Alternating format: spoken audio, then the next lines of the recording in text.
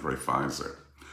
I just want to let you know, and you already know it, that you already have the power. You already have the power. But have you ever noticed how love lacks the power to authentically motivate?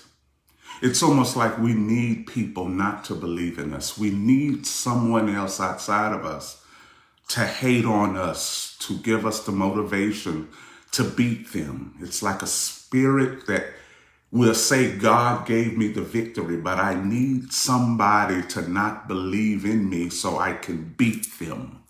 And then I have to say, you didn't believe me. You see how the people didn't believe me. Because whenever God gives you a purpose and gives you a vision, he empowers you with the love to simply live out the vision.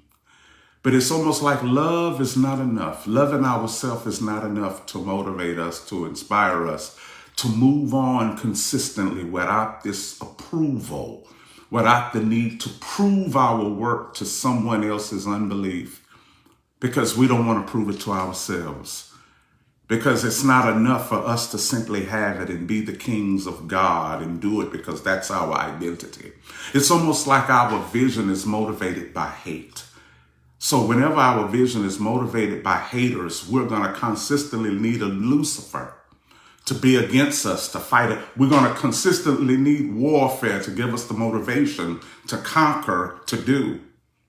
Instead of doing it because we're in love with it, and instead of doing it because it's my identity, instead of doing it because it's in me, instead of doing it because it's the excellence of my identity, I need an unbelief. I need someone to not believe me. I need to beat someone. I need the competition.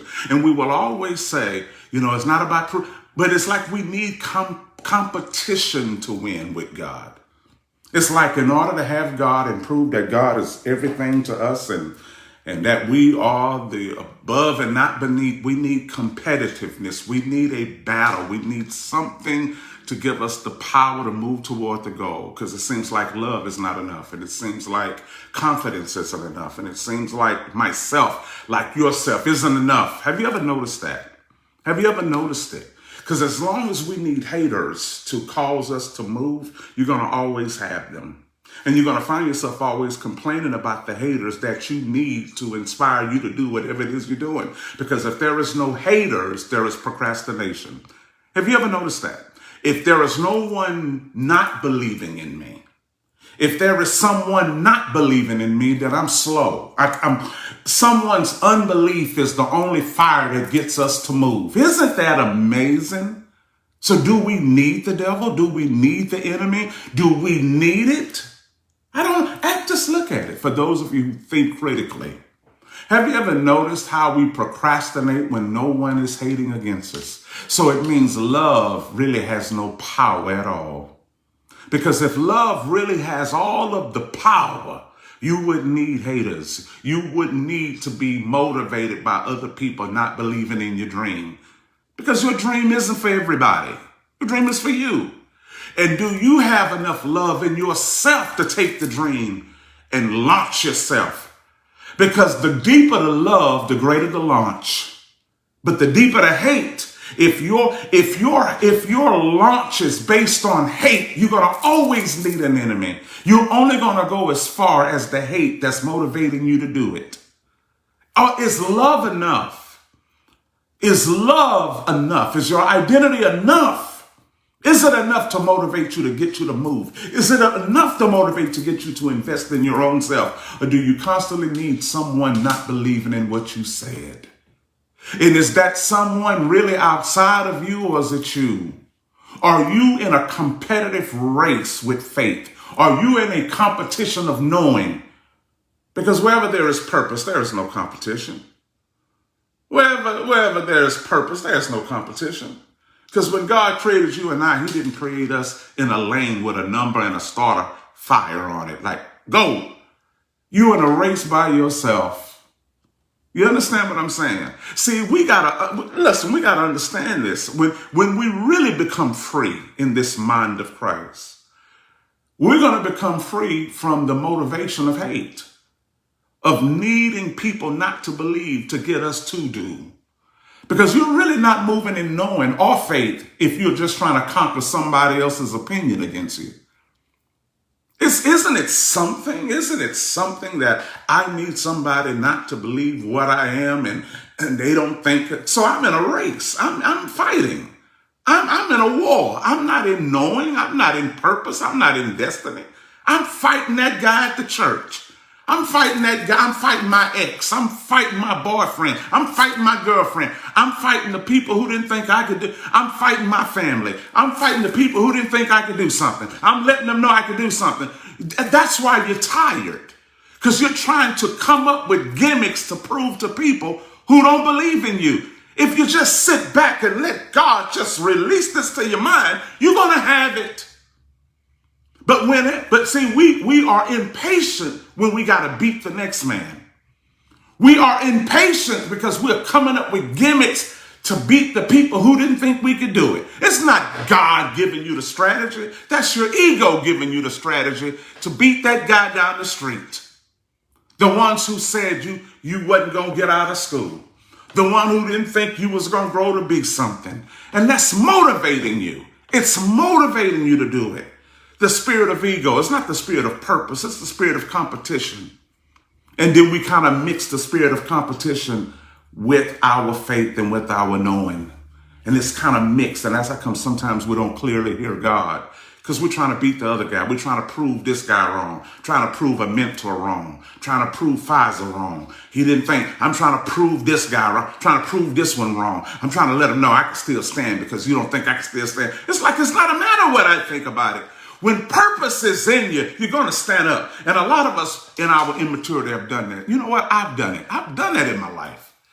Wasn't always brilliant. I've done that in my life. I remember it. And sometimes I just think about it. It's like I got to beat my mama. I got to beat the church I was at so they could think I wasn't lying. See, they thought I was lying, but I'm going to show them. And after a while, you can't even hear God. You can't even hear God during your process, during your time of recovery, during your time of hearing, because you got to stay 3 steps ahead of the people you're trying to beat so you don't have time to think. You don't even have time to have for your faith to mature into knowing because you're busy trying to have a competitive edge against people's unbelief till you start lying on God. You'll start prophesying. You'll start lying out prophecies and trying to get people to commit. And then you find out that they can't stay with you. Why? Because you're competing against other people. And they can feel that warfare on your life.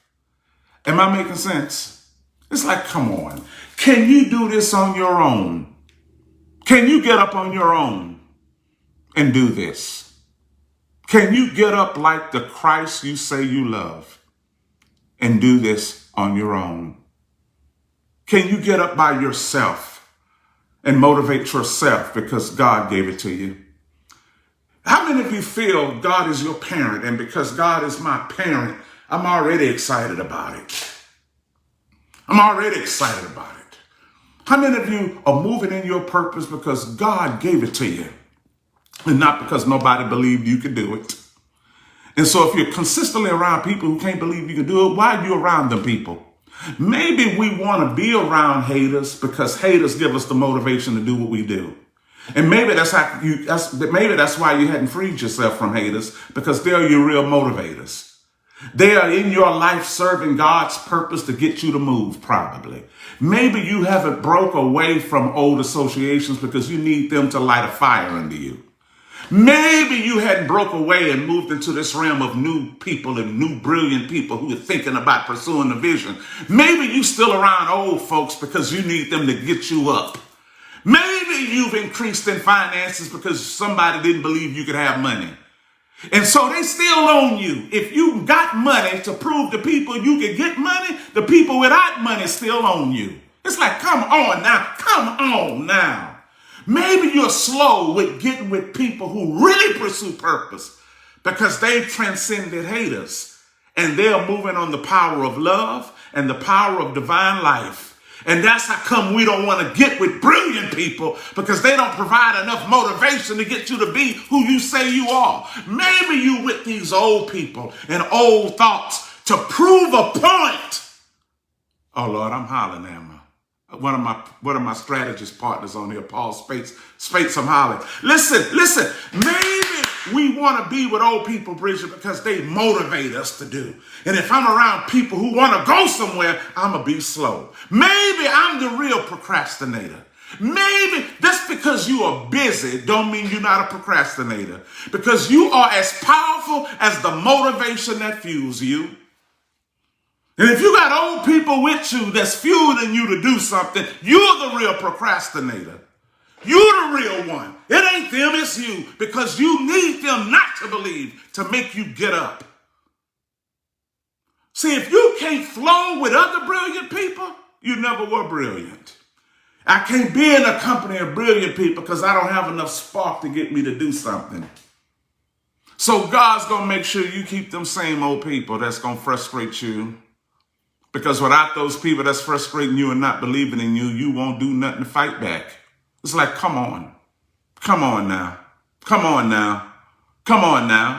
Maybe there is no love in you that's trying to speak out of you. Because if I could only speak to prove to my competitors, then I don't have no ministry of reconciliation.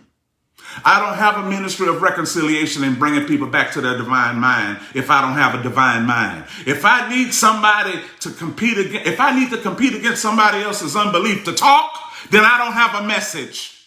If I need somebody to hate against me so I could talk to give me the inspiration to speak, then I don't have a message. You don't have a message, and it ain't God holding you back. You never were meant to go forth. If you need people to hate against you to get you to have something to say, you don't have a message.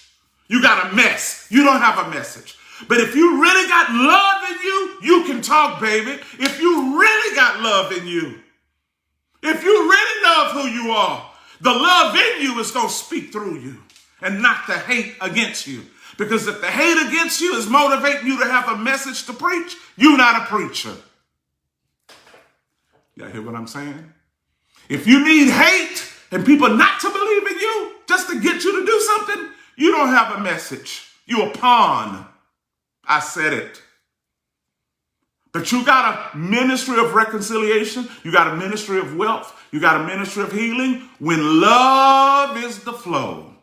When love is the key, because whatever you love gonna speak out of you.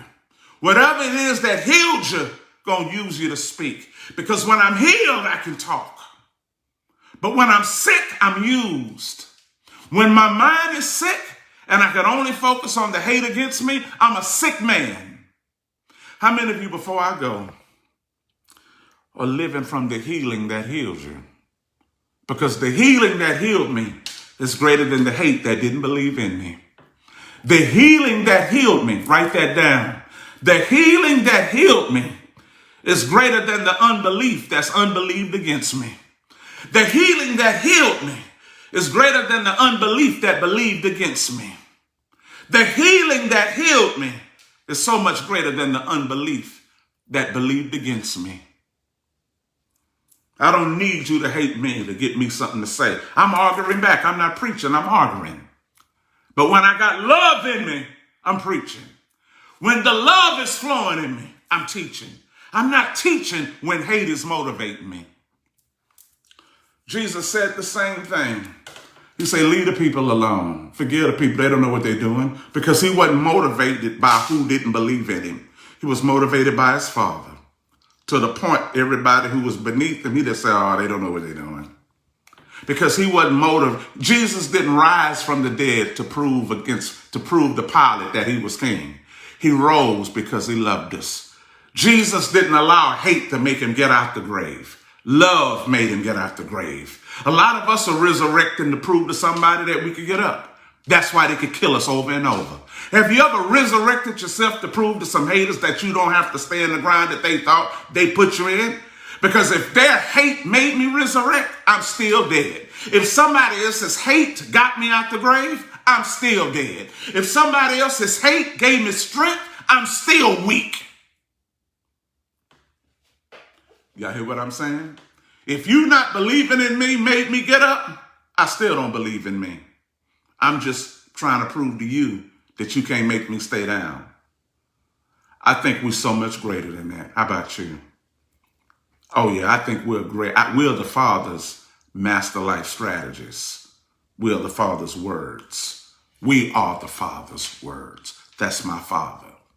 That ain't my religion. That's my life. Religions can change, but not divinity. That's my divinity. You understand? Yeah. If we're going to be leaders in this high stress environment, we better think a little bit better than that. If we're going to be leaders in this high stressed environment of an earth that don't know itself, we're going to need to think a little bit better than that. We can't be controlled by haters. We got to be moved by the spirit of our Father's love. Because if hate makes me talk, it ain't going to heal you. It'll make you write down the notes, but it won't heal your mind. You understand what I'm saying? Oh yeah. Oh yeah. Oh yeah.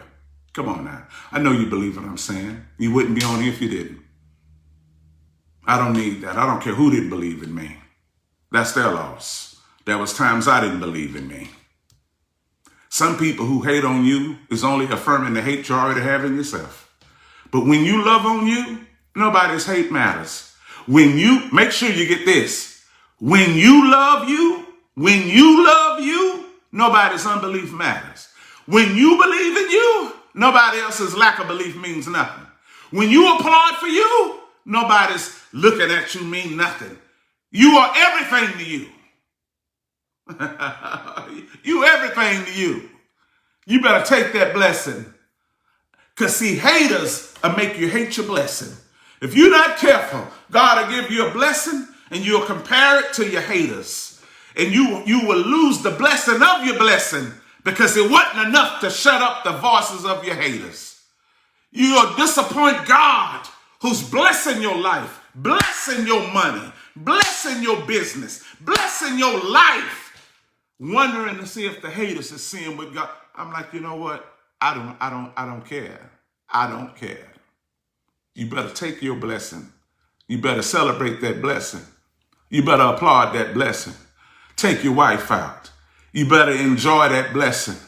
You better roll in that money that God gave you. You better roll in that refund. I ain't talking about from the government. I'm talking about God restoring everything, like my wife told me today, everything the cankerworm stole and hindered from us. It's like the kingdom will give you a refund of everything that was held back. You better roll up in it. And you better thank God for all them yeses and those approvals that you're getting. No more no's. And you better let God just make you feel like a little boy in a toy store. You better sit there. You better sit there and enjoy that blessing. You better enjoy the mortgage payments coming down. You better enjoy paying cash for that car. You better enjoy the peace of mind going to bed, not calculating how you're going to pay whatever. You better do it. You understand? The kingdom is going to give you a refund of everything you aborted out of following other people's unbelief in you and being motivated by people's hate. Sometimes the cankerworm ain't the devil. Sometimes you the cankerworm because you are being motivated by people's unbelief to do whatever love was supposed to empower you to do. When love is supposed to empower you to do it, but you won't do it unless you hate it against, you're going to cause the cankerworm to keep stuff from you. It ain't the devil. It's you keeping it away from you because you need to be motivated by somebody's hate in order to get up. Love ain't strong enough to get you up early. Love ain't strong enough to get you up. Come on now, give me 5 from wherever you are. The Father's love ain't strong enough to get you up. You better come on here. I know it. I know what I'm talking about. I'm not teaching what I hope. I'm teaching what I know. You better enjoy it. God is just blessing my mind. Blessing my life and giving me the tangible things to prove it. God ain't just blessing me to talk so I can hear myself talk and I can't pay my bills. I can pay my bills. God is blessing me with the tangible reality to know what I'm talking about. I don't need nobody to hate against me to get me up in the morning. The love of my purpose gets me up. You understand? So I want God to give it back to you. But God ain't going to give it back to you if you still need haters. God ain't going to give nothing. God is not going to restore nothing to you if you still need haters to motivate you. God want to be the motivator. His love has to be the motivating factor of your consistency, not other people's unbelief. Some of us are as consistent as the unbelief against us. We're not moving forth because we believe it. We are moving forth out of competition. We are still consistent because we're trying to beat the people who didn't believe us, that they didn't think you should have married this one. So you're still trying to beat them. You don't even have time to love your husband or love your wife because you're trying to beat everybody's unbelief against your marriage. It's like, come on now. You need that enemy. You need the devil. Well, I'm going to tell you something. My name is Undrai Fizer, and I don't need the devil. My name is Undrai Fizer, and I don't need a devil in my world. Love is enough. Love is enough to get me to think the way I think. Love is enough to prove it to me. And I believe love is enough for you. I'm Undrai Fizer. I'm a master life strategist, and I approve this message. You can share it. You can listen to it again. I appreciate you. If you want to honor with a seed, honor with a seed. $, Coach Fizer. But I didn't get up here to get it. I didn't get up here to get your money. I didn't get up here to do it. But if you believe it and want to sow into it for yourself, please do it. It don't come by magic. It comes by freedom. Giving money to ministers is not magic. You still got to do the work. You still need to have the discipline. Sometimes when we invest in the word, we're making a contract with the word by saying I will be held accountable to that word. But I don't believe in magic. Giving money don't automatically give you nothing. Because what I had to do, I didn't get it automatically. Paul Spates is on here. We got to work for this. We have to believe for this and know for this and set ourselves free for this. You understand? I'm Undrai Fizer, and I believe this. I love you. Peace.